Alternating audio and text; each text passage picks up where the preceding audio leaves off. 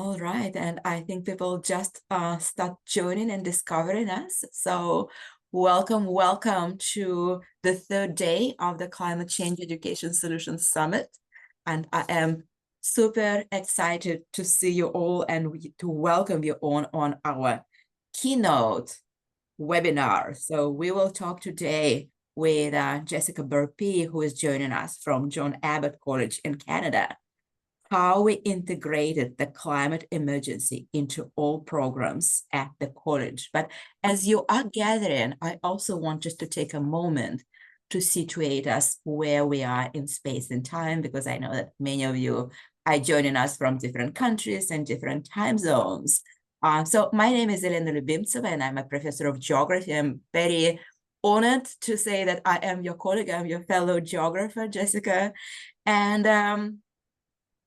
I'm one of the founders of GVSU Climate Change Education Solutions Network that we launched 7 years ago. So this is our 7th summit, and we are in the middle of the Global Climate Change Week, and many of you are familiar with GCCW. So we really need your help, because this is the very first year when Grand Valley State University is actually leading Global Climate Change Week. It came to us from the University of Wollongong in Australia, by the way of the University of Tasmania in Australia.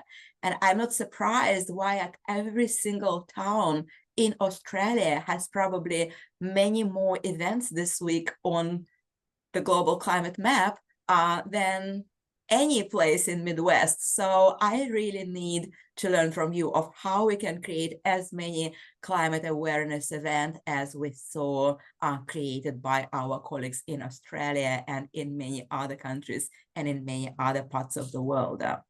I'm joining you from the land of Ojibwa and Ottawa and Potawatomi people in what we now know as Michigan, United States. This is the land of Anishinaabe people who formed their Three Fires Alliance thousands of years ago. So like the time span of the existence of GVSU, or the existence of what is the border between Canada and the United States, it's so ephemeral when you think about the time span of the cultures of the Great Lakes region.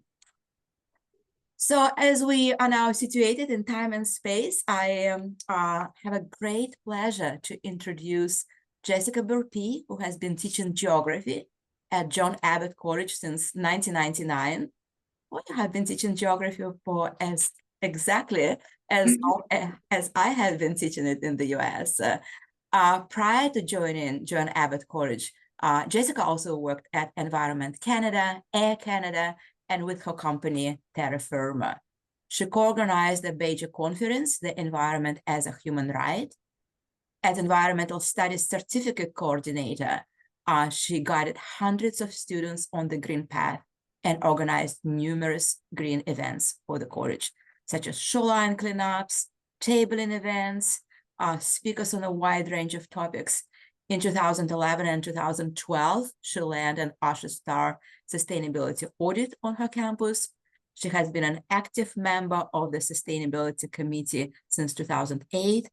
With Imagine Change, she brought to fruition the team site for Climate Pedagogy, coordinated 2 editions of Global Climate Change Week at John Abbott College. So we will learn a lot from you today. She also helped to create the John Abbott College Climate Action Plan. And she also co-led the Climate Literacy Project, which was a winner to the Impact Climate Change of Colleges and Institutes in Canada 2 years ago in 2023. So we're absolutely honored to have your presentation today at Grand Valley at the CCESS 2025. Welcome, and we are all ears. We really want to learn from you. Hello, everybody. Thank you so much for having me. It's really exciting to be part of this. I'm just trying to figure out how to share my slides. You are sharing your slides, so you are great. We see your slides, and everything is looking perfect. Okay, so I am talking to you about a climate literacy project that we did at John Abbott College. Today I'll be talking about why we did it, the history behind it, how we did it, and how it's being received. So are my slides advancing as I am advancing? I don't know. I see right now Cat Abru event. Oh, I don't see what you're seeing. This is the problem. Is it a different presentation? Please do take your time. Hmm. So right now I see we brought in speakers and we see a slide with your event. If you want to go back to the first, yes, I think. So yes, I think if you click on top of your presentation, or you already clicked on it. So all you need to do is just click from beginning, and I think it should go. Okay, I think, yes.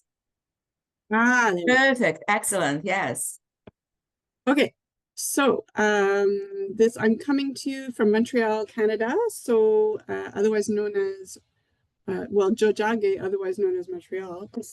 Jojage means where the rivers meet in Mohawk, the language of the Kanien'kehá:ka people here.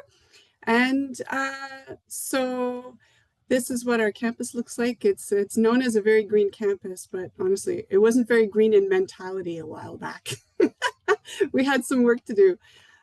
So we had in 2018 formed a group here at John Abbott College called Imagine Change, which was led by faculty, students, and staff. It was really a response to the warnings that we were getting from the United Nations about the seriousness of the climate and ecological emergency and call to action. So we pushed for climate and ecological emergency to be incorporated into the curriculum and into operations and so on at the college. And we were very lucky that our college was involving everyone in consultations about their strategic plan at that time for 2020 to 2025. The dire warnings. Oh, I'm assuming I'm preaching to the choir with everyone on this call. I'm not sure, but I think you probably all know about the call for limiting warming to 1.5 degrees and so on. I haven't had a chance to listen in with the other presentations in the last couple of days because on Tuesday I was teaching all day and yesterday I was sick as a dog.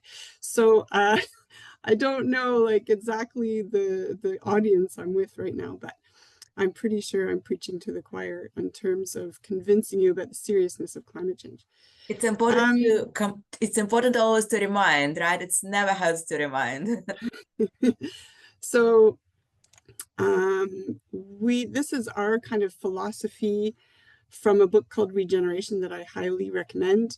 The planet is our commons, and it calls for us to move out of our comfort zones and find courage to take action that is bold and fearless.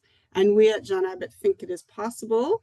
And so we mobilized. We went around to the different groups at the college to ask them to prioritize climate change in this consultation on the strategic plan. And that was really the beginning of everything.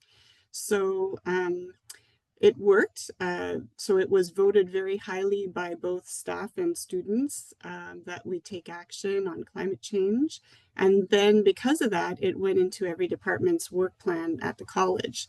So with everyone I've talked to, it seems it's a good starting point for any college to target the strategic plan. Then we started working on a climate action plan over several years, starting in 2018, and then over the next few years, we had a bunch of working groups. And so it had a few different pillars, one of which was curriculum. It took a while to get published because we wanted it to be officialized at the institution rather than just coming from this little grassroots group that we had made. So eventually we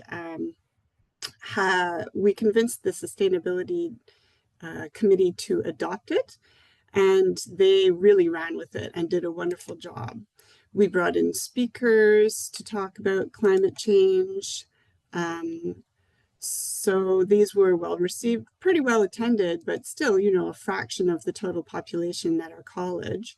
And perhaps I should mention that I'm part of a CCESS2025. So the CCESS2025 system is only in Quebec, not even in the rest of Canada. And it's kind of a hybrid situation where all students who want to go to university have to go to CCESS2025. And it's kind of like stealing grade 12 and the first year of university and making a 2-year program that they go to in between the two. And so they have a hybrid situation where their classes are 40 students. There's more of a push for them to attend all their classes. They have more access to their teachers than they would in university, and so on. So it's kind of a hybrid between high school and university. So we had Global Climate Change Week, and we had many teachers teaching about climate change in their classes, and we reached probably many hundreds of students, but out of a total population of about 7,000 students, so still only a fraction. We had meetings bringing teachers together to help them feel more comfortable teaching in their classes. So this is I think there were about 70 people at that meeting out of maybe 400 teachers.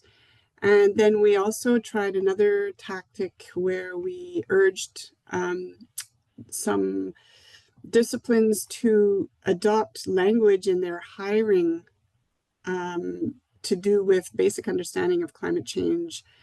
And so maybe about 5 departments adopted new language in their job postings.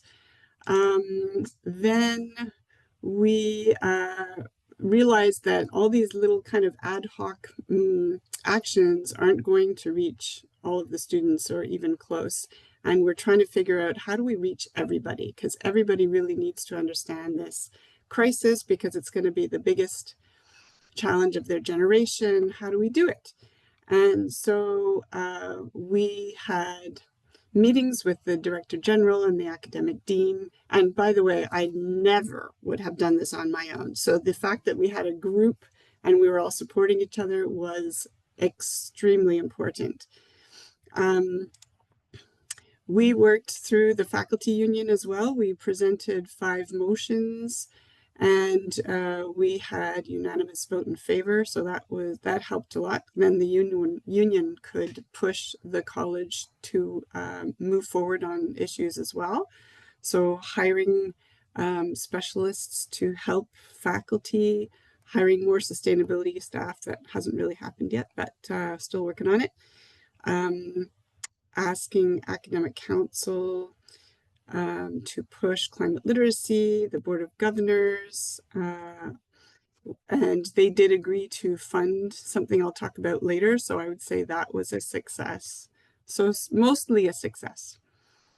Then we figured the way we're going to have to do this, because of the way that CCESS2025s are structured, we're going to have to do it program by program. There's no way we can ever get like a required course on climate change that all students must take. It just doesn't work that way. It's going to be by program by program. So we started by meeting with all department chairs. We did a survey of the faculty, asking them, or first of all, we came up with a list of 4 kind of learning objectives about the climate and ecological emergency that we thought all students should understand in a basic way. And then we asked the chairs of departments to survey their faculty, who is already teaching about this, who is not but would like to, who is not interested, who feels unqualified, who would like some support, and so on. And so they returned all that data so that we could get a better picture of what's needed. Meanwhile, there were students who actually went to the press and talked about how they thought their college was not covering climate change enough in our courses and how they wanted to have more coverage. So I think that helped push the college as well. Then we convinced the college to give us some release from teaching to work on this project. So we met with directors and academic council and all the chairs and program committees and individual departments, and gradually created some momentum and to the point where some of the strategic plan budget, $90,000, was assigned to hire consultants to help programs achieve, to help programs feel confident in teaching the 4 learning objectives to their students. We were trying to aim for required courses. That's what we've always targeted in each program, more or less successfully. And we were also very lucky because of our timing. So there are about 20 programs at John Abbott. 17 of them were going through revision, which only happens once a decade or so. And so people are much more open to changing the learning objectives of a particular course because they're revising them anyway. And so we were given release to coordinate all of this. And before I move on, is there anything else I want to mention? We tried to make sure that they would write the climate and ecological emergency, the climate literacy project, in some way into their course outlines so that it would have staying power for the future, and all future teachers of that course would assume that they need to cover these things. Okay. So why are we trying so hard to incorporate these learning objectives? Why is each department, how to convince each program to take this on?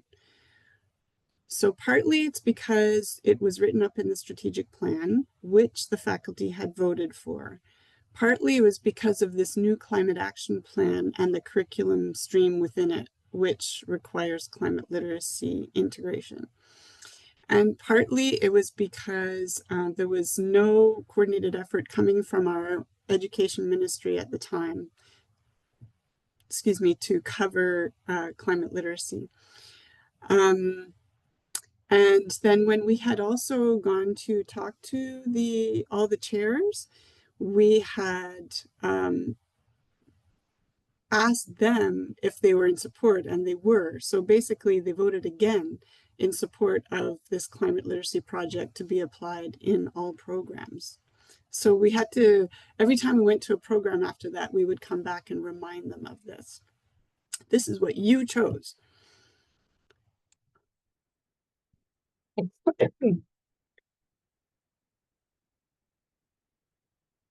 So the goal of the Climate Literacy Project then is that every student at John Abbott will have a solid understanding of the climate and ecological emergency. So you're going to see this acronym CEE all over the place now upon graduation. Of course, we don't reach every single student, but that was our goal. And so the goal would be for them to demonstrate mastery of 4 objectives. I don't know that it's actual mastery that we have reached, but certainly they have learned about it, and we have asked programs to also assess the learning, so it's in some kind of assessment. The programs are responsible for determining how to teach the learning objectives so that it's really tied into their discipline and therefore would feel more relevant to the students. And so it could be done either through their own program courses, or there are a few programs who actually used other people's courses to cover these objectives. So in the CCESS system, we have courses that are called general education courses. So English, French, Phys Ed, and humanities, which is kind of, anyway, you know what humanities is. Every student has to take those courses every semester. And so it's a good way to reach students in a program where the faculty didn't feel comfortable to teach about the climate and ecological emergency. So sometimes we've sometimes a technical program will have a certain humanities course that is put aside just for them to match with their schedule. So we'll target a course like that for the students in that program. Yes, we said that already. Okay. And so here are the actual 4 objectives. Probably 3 out of 4 will be really obvious to you, but the 4th may not. So causes, of course, and impacts. We wanted to touch on both physical or and human impacts. And then the dynamics this is kind of the things that make it really hard to fix the climate and ecological emergency, whether it's psychological or economic or what have you. And then actions or solutions is the 4th. So these are the 4 CEE learning objectives that we asked every program to cover in some way in their own courses or in the general education courses if need be.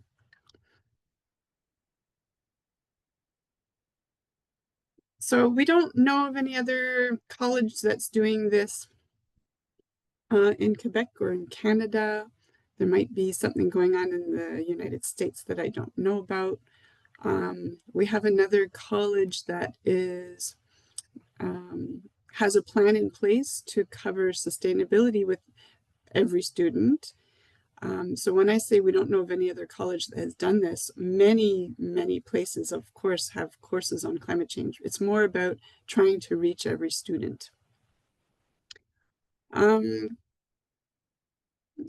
As Elena mentioned, we did get an award for this from the Colleges and Institutes Canada. We've started to be asked to present to other groups now that this project is mostly completed and people are starting to hear about it. And the 4th one there is us right now today. And so how are some of the programs covering these 4 objectives?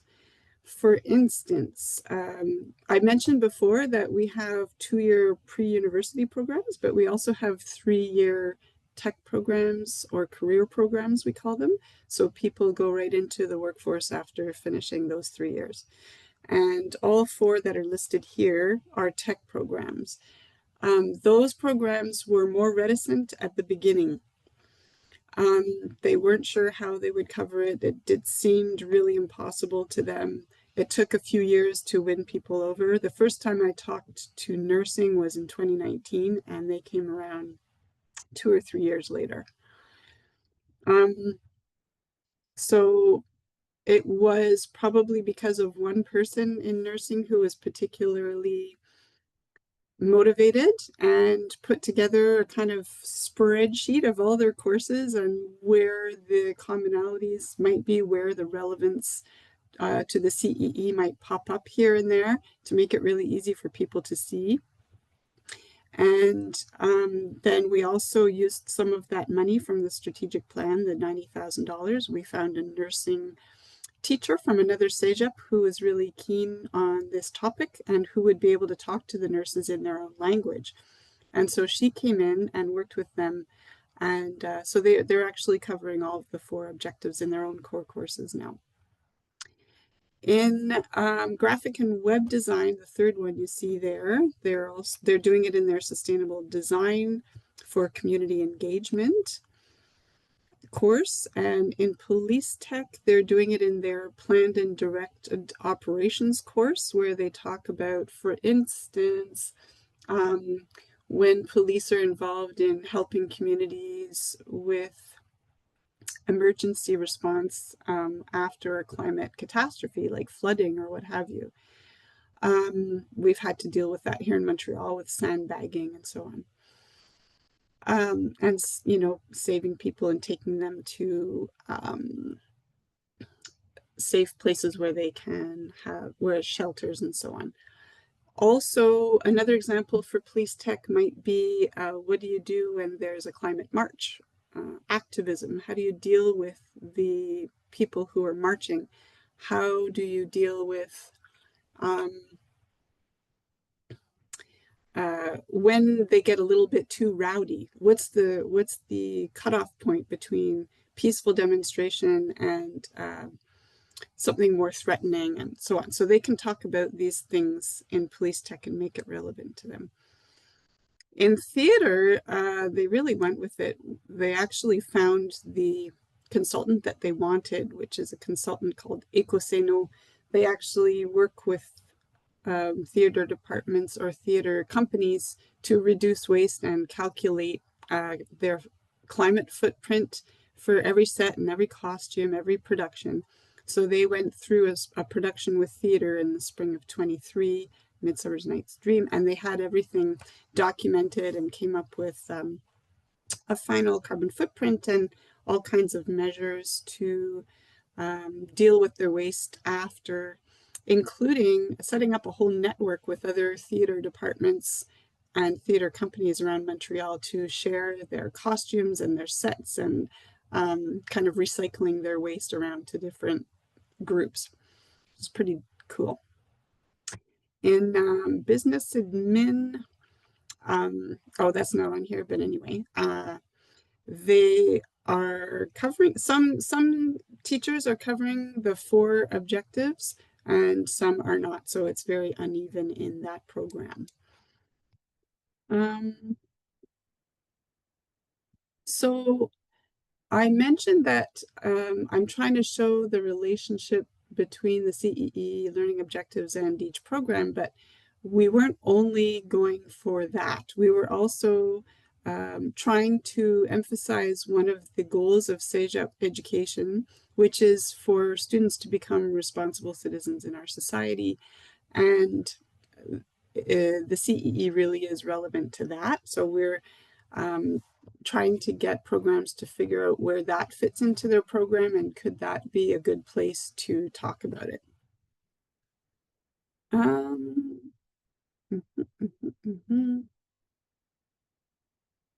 At a couple of points along the road, we were asked to show how climate education results in emissions reductions, and found this source. If anybody's interested, I can definitely share this PowerPoint with you all afterwards, and you can get that link.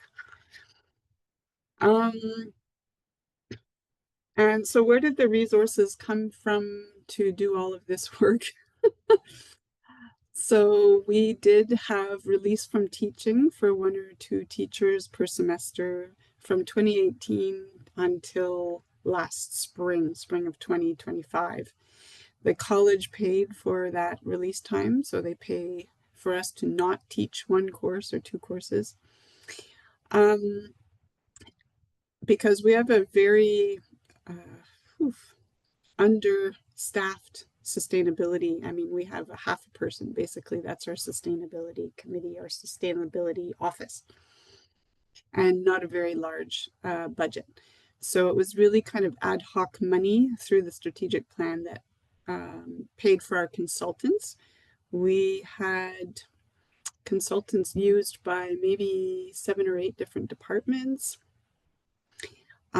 We also had program revision committees that were happening anyway. A lot of them put in a lot of work, and sometimes individual faculty developing the competencies within the core courses.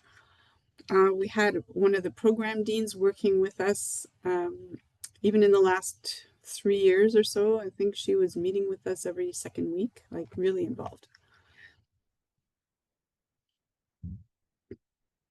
We developed a climate pedagogy page for our faculty, and then I was starting to talk to people in other CEGEPs and universities, and they were interested, so I found that I was able to sign them up as members as well. So if you want to do that, please go ahead and scan this QR code right now, and you can put your email in there and I'll join you up. But I should warn you that, remember, we're putting this together for CEGEP level, so it's like your 1st-year university students. And also the lectures, I put this together starting in 2019, and some of them haven't really been updated. I would love to put this on a better, like on a website that's more accessible to everyone. We do have a really good initiative in Quebec now for all of the CEGEPs with tons and tons of resources, but it's all in French. And I'm working with somebody to do the same kind of thing in English. But honestly, there's so many resources online now. It's just fantastic. It's a lot easier than it used to be.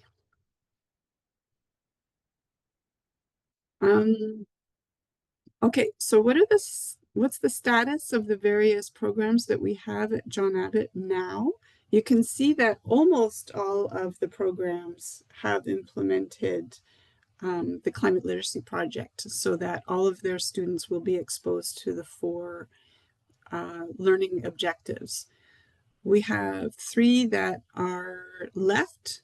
One because not all teachers are willing. Another one, I just find it's really taking a long time to advance with this with this program, but I feel like there's enough willingness that it might still happen. And then the pharmacy technology is a very new program, and they've been understaffed and completely overwhelmed. So we're just kind of waiting for things to settle down a bit with them, and then we can work with them.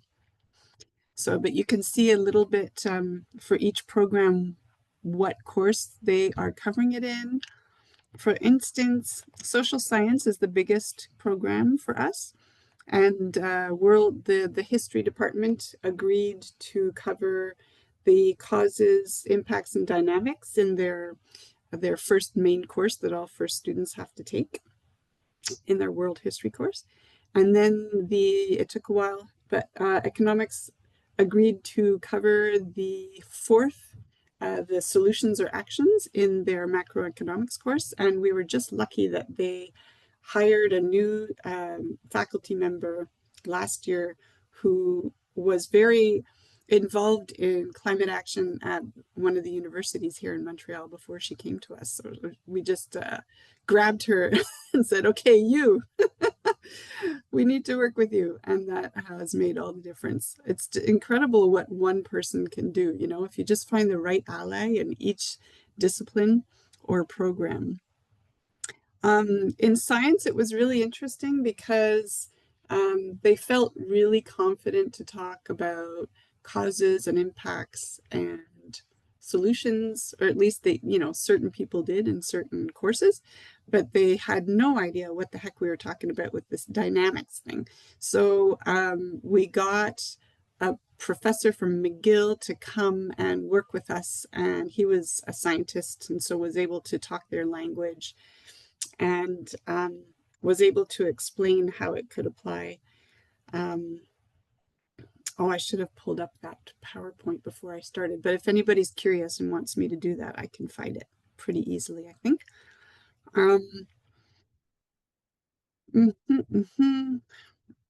In social science, yeah, so in social science, we had a consultant working with the history department and a consultant working with the economics department. In history, there were already quite a few teachers who were comfortable, but the others were not, and they really wanted help. So we had the money, so we're like, okay, let's try and get everybody on board here.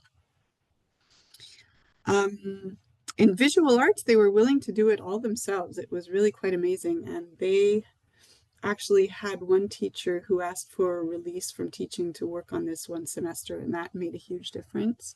I don't know if you have that kind of release concept in universities in the US. Let me think if I can pull out a couple of different examples from here. This blue one here, the biopharma program, they're one program that decided to use the general education courses. So we actually tag the general education courses, humanities, English, etc., that have the CEE content in them. And then the students are advised that they're recommended to take those general education courses.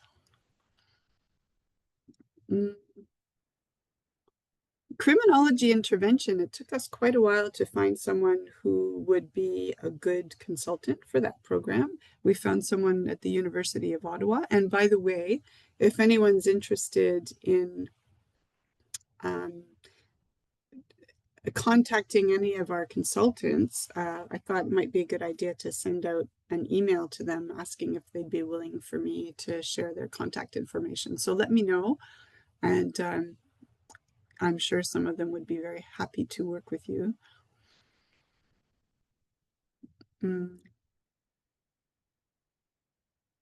Yeah. Oh, yeah. In some departments, like engineering, technology, they were already covering a lot of the CEE learning objectives without even realizing it. So at first they told us to go jump in a lake. But then when we talked to them, we found one new chairperson who was really keen on it. Sorry, leftovers from my cold. And so we sat down with her and looked more closely at the courses and realized they're really covering it already. And we just have to kind of label things differently. And they realized that it was covered and they don't need to really put much effort into it. We just need to add it as a little blurb in their course outlines and maybe a little bit more obvious to their students about why they're covering it, that kind of thing.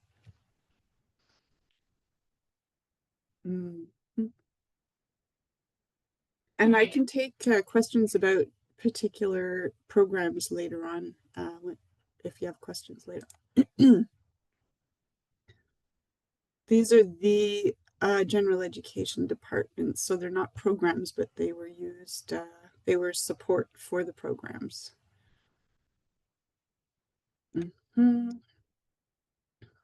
So at this point, we're no longer being given release from teaching to continue the climate literacy project. Although I'm still working, I'm still lecturing sometimes in other people's courses because they just came on the project last spring and they're new to it and feeling a little uncomfortable. So I will model it for them and then they can take over. Oh my goodness, I'm running out of time. I should take questions right now, shouldn't I? You are our keynote speaker, so you have as much time as you want to have. Well, one thing that I think everyone could probably agree on here is that in the future, things that we need to work on is countering misinformation. There was a huge poll done recently of Canadians, students, teachers, parents, and general public. And most people agree that we need climate change education. We really need to look at fake information, and suggestions to improve climate education are here. This is the level of support. You can see that this was a poll of about 4,000 people across Canada. If you're interested, I can send you that report. And we're watching you guys from across the border. We're watching the news every night, and I know it's getting harder and harder to do what you're doing. And I would love to be a support if I can help in any way. So what do teachers want the most? They want resources like lesson plans and videos and books, websites. They want strategies to counter the misinformation, help students to learn how. And they want the ministry to write these objectives into curriculum. So it's coming very slowly in Quebec. I would say people are interested in creating groups and sharing resources now amongst the CEGEPs in Quebec, but I'm not sure what else is happening beyond that. And I know there are a few, I put together a list of places that have required climate courses, but this was a couple of years ago. So if you have updates where all the students have to take this course, it's pretty rare, I think. I would love to hear if you know of any updates on that. and some recommended resources, although, I mean, this list could go on forever. I'm sure you've been hearing all about them. Okay, that's me. Thank you so much, Jessica. That was really so rich in content. I took so many notes. I was writing pretty much the entire time, just the ideas for myself while listening to you. And you really gave us a blueprint of what to do. And I just realized that your college is like really light years ahead of pretty much anyone. Like first, like you answered my question in the middle of the presentation. I was going to ask, is like, Canada is so much ahead of the United States, and then we realized that, of course, your college is also ahead of many other universities in Canada. And I feel that we do have structures like here at Grand Valley. I think we do have overall curriculum structure could be very conducive just to replicating your experience. The question is, do we have the right people, like in your college, who can actually take lead on implementing this? And another question, of course, is resources. I was just going to say, yes, if every college could put $90,000 just for infusing climate change in every single program, how much we could actually do with the existing faculty. And I'm sure there will be many faculty here at Grand Valley and at every university who might be interested to follow your blueprint. So I was very excited also to see that you have in your learning objectives for every single college in the university. So it's not only about, we always talk about causes and impacts and mitigation and adaptation solutions, but you also have those dynamics. And it looks like dynamics look much more as challenges. So I was wondering, how we can learn from you overcoming those challenges in implementing climate curriculum. Where we should even start? Like right now, I had so much information from you, and I was just wondering, where should we start?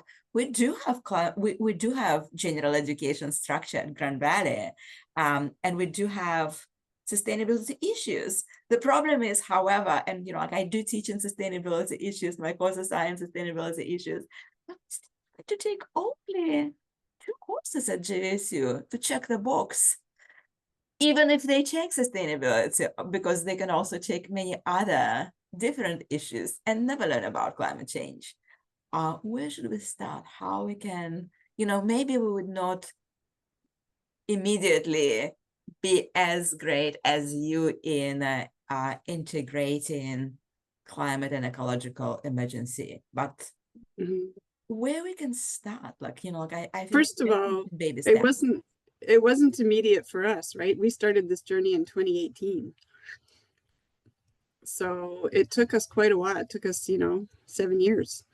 And secondly, the place to start, as far as I can tell, is really the strategic plan. Whenever you can try to get something incorporated in there related to climate in the curriculum. From there, when I don't know if your college has a climate action plan, but that would also help, because then there are people on board who are going to push for whatever boxes they have to check as part of their climate action plan. They have to do a review, an audit, every couple of years. So they're going to be like, okay, where are we on this, and what resources can we put behind it? And so when we got the $90,000, it was a combination of having it written in the strategic plan and the fact that the climate action plan needed to be addressed, and maybe we could use some of that money from the strategic plan to do so. There was also the fact that we had gone to the academic council and passed a motion, and I would say those are probably the first big 3.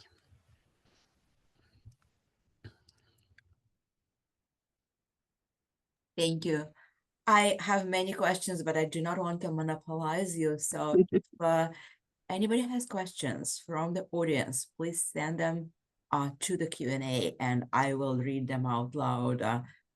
Please don't use the chat because we wouldn't see the questions. They should go through the Q&A. So please do. Should I stop sharing? So I can. It's whatever up to you. Yes, yeah. I mean, we do see everything. It doesn't matter if you share your screen or not. If you want to share anything else, if you want to share any other helpful resources, please feel free sharing other windows. But it does not interfere with the communication with the audience. Okay. If you have any questions, please do send them through the Q&A. Otherwise, I will keep asking questions because I do have so many. And what do you see happening nationwide or Quebec-wide? Do you see that other universities are following your examples? Like, do you hear from colleagues? Are there any national or provincial province scale networks that facilitate kind of adoption of this model? You know, obviously you are a pilot, you are an inspiration, you are the model that everybody should follow. But what kind of governmental structures that exist in place that can help other universities to learn from you and also allocate resources and priorities in the same way and you know, adapt their strategic plan in the same way as your college has done? So nationally, I've seen some action taken at Colleges and Institutes Canada. I went to present at their conference a year and a half ago, and I find that most of the schools there are working on their climate action plans and not so much on curriculum, but they're starting. And then at the Quebec level, and the CEGEPs are created by the Quebec government, Ministry of Education, I find that they have started to provide a lot of resources for faculty through their website. It's called the Federation of CEGEPs.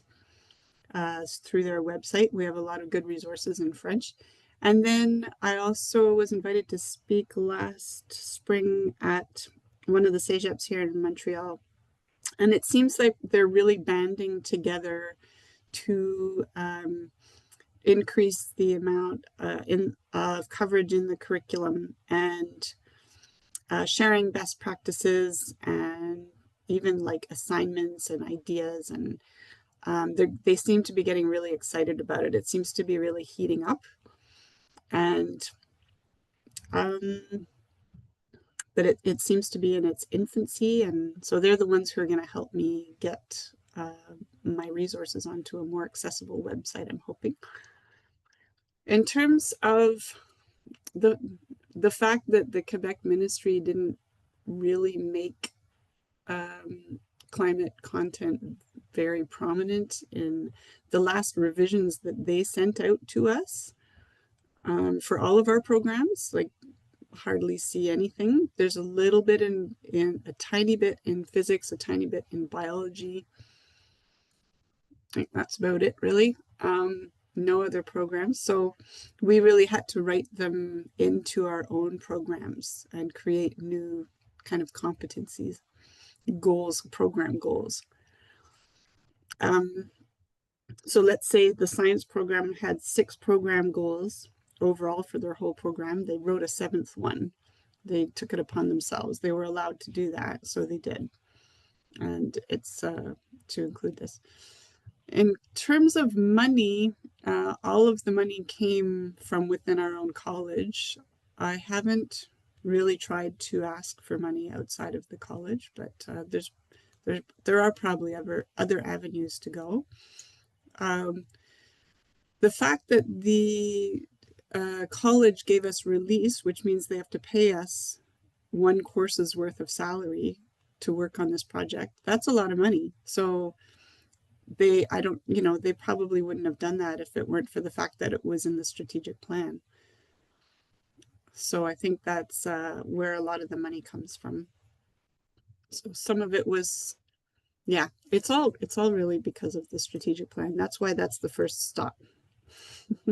Yeah, like I think you just point us in the right direction. And by the way, I was just curious, is the strategic plan and climate action plan of your college, are they available publicly on the website? Like, can we learn Definitely. Yeah. from, yes. Yeah. For the climate action plan, you go under sustainability committee and then under documentation. And you have sustainability committee, right? So it's not just sustainability office. Like, could you tell us a little bit about how faculty and staff and students can engage? Because we do have sustainability office, but I was just wondering how the voices from different colleges, how the voices of your students and faculty and departments are connected to, you know, like how do you influence the process? And guide it to implementation. Okay, so in terms of the faculty, it was through meeting with all of the chairs and doing the survey of faculty. And then once we had the program kind of started up, then meeting with faculty in various programs to help them develop material or find people to help them. Mhm. And in terms of students, I would say early on, students were wanting more climate coverage, and so I don't actually know what led them to go to the press about wanting more coverage at the college. So they kind of did that independently. They also pushed for canceling classes one day to go to the climate march in September. So there was a push from the student side.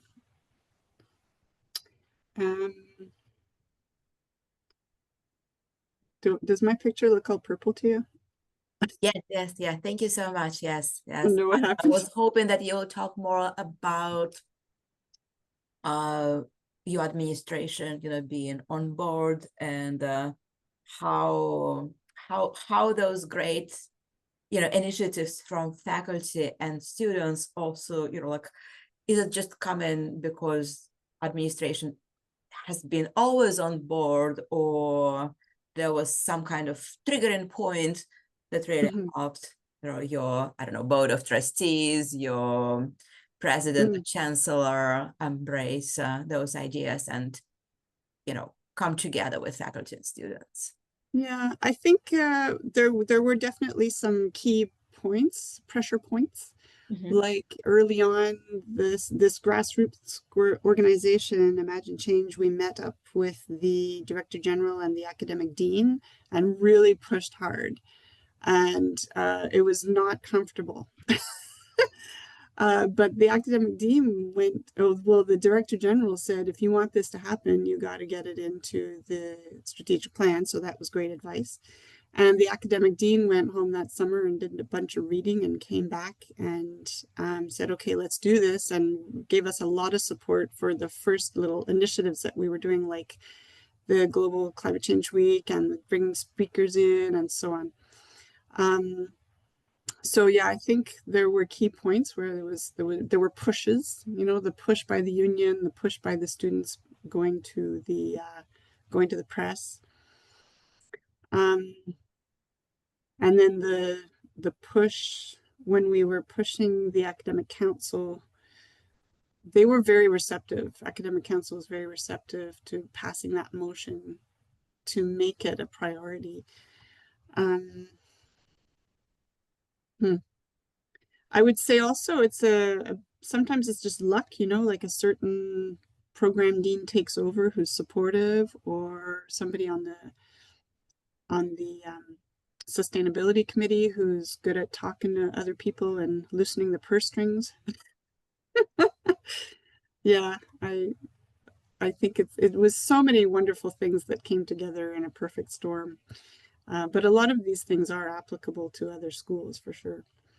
Oh, thank you so much. Thank you for sharing your experience. It looks like, you know, John Abbott is a place where we all need to go and to learn more. And I am just so excited about everything that is happening in your college, and I really hope that we all one day would be able to replicate your experience. So thank you so much for spending time with us. I wanted to remind all the listeners that this presentation is it is recorded. It will be available for sharing, so please do share it with your academic departments, with your administrators, with your deans. And of course, it would remain on the CCSN website as all other presentations. If you missed the previous webinar on climate adaptation, sustainability, ethics, and well-being, the recording also will be posted as soon as I upload it from Zoom. And then I also wanted to remind that we do have 2 asynchronous pre-recorded sessions, and they are available all day long today and also tomorrow, and for a number of days. So climate literacy at scale, insights from the University of Tasmania Climate Action MOOC. The panel discussion with the authors of the MOOC is available, and it is right now playing on the website, as well as the GLISA tools and resources from the University of Michigan. This session is also available in the pre-recorded format. Thank you again. This concludes not only this keynote for the 3rd day of the CCS, but this is also the 3rd day after 2 productive discussions on both campuses in Grand Rapids and in Muskegon on Tuesday and Wednesday. Please continue all your great work. Thanks again, Jessica. Thank you to all the audience members who have joined us today and for other webinars. And of course, many thanks to all participants of the in-person events on both days. Jessica, it was such a privilege to connect with you, and I really hope that we will stay in touch and continue collaboration after this webinar. Thank you so much for putting these on. It's fantastic. Thank you. Well, have a great day, everyone, and happy Global Climate Change Week.